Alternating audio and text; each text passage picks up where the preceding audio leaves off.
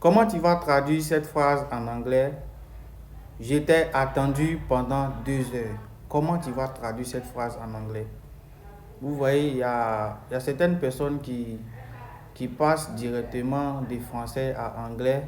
C'est-à-dire qu'ils utilisent mot par mot pour faire une traduction en anglais. Vous voyez, et quand c'est comme ça, c'est pas tout qui tombe.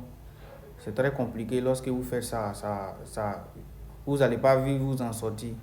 Et donc, pour faire une traduction, il faut regarder, il faut te baser sur les temps verbaux et puis quelques expressions pour savoir si ça marche. D'abord, ici, j'étais attendu pendant 2 heures. J'étais attendu. Nous sommes déjà au passé et c'est sur ça que tu vas te baser. Le temps verbal, nous sommes au passé. Et le verbe attendre, c'est wait for. Wait for. Et si tu ne sais pas que la phrase est au passé, tu vas utiliser wait for au lieu d'utiliser waited for, c'est-à-dire le participe passé ou bien le prétérit de wait for. Vous voyez? Maintenant, during. L'anglais en during veut dire pendant en français. Et pendant veut dire during. Bon, j'ai dit les deux. Pendant veut dire during en anglais. During veut dire pendant en français. Et là, vous allez passer directement par during.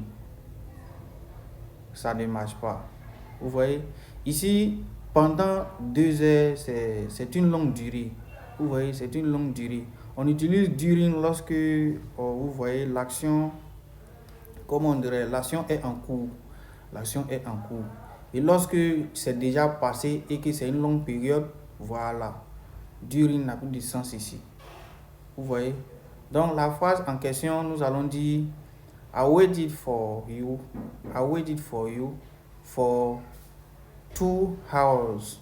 I waited for you for 2 hours. Vous voyez, c'est la traduction complète même qui est là, rien ne change encore.